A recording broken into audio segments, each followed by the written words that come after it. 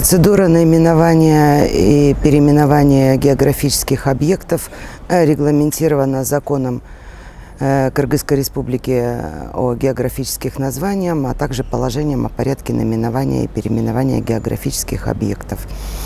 Согласно 7 пункту, данное полномочие делегировано местным кенешам, в данном случае Бишкекскому городскому кенешу.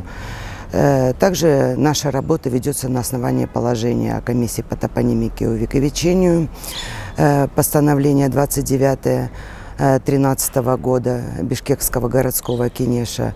На комиссии мы рассматриваем ходатайства от организаций, общественных объединений, а также граждан города.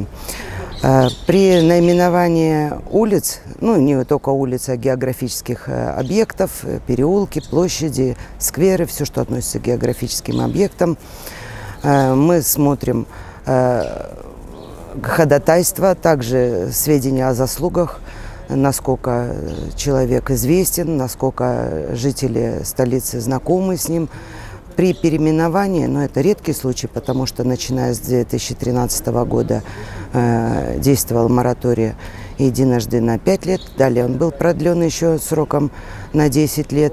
Мы работаем только с безымянными географическими объектами. И при рассмотрении вопросов смотрим на заслуги. Есть еще в данном положении такой пункт о присвоении наименования за счет благотворителей.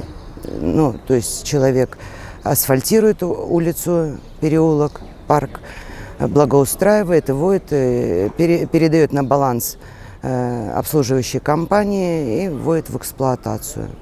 Порядок рассмотрения у нас, согласно положению, мы должны проводить комиссию не реже, чем раз в полгода, но комиссия создается по мере формирования поступления запросов. Все это рассматривается. Данное заключение комиссия далее отправляется на сессию городского кенеша.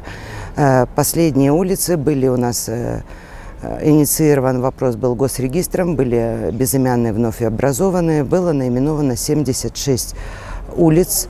Улицы были наименованы в жилых массивах, там по произведениям Чингиза Айтматова, философские наименования, и пару человек были присвоены наименования безымянным вновь образованным улицам, государственным деятелям и выдающимся деятелям. Это в южной планировочной зоне.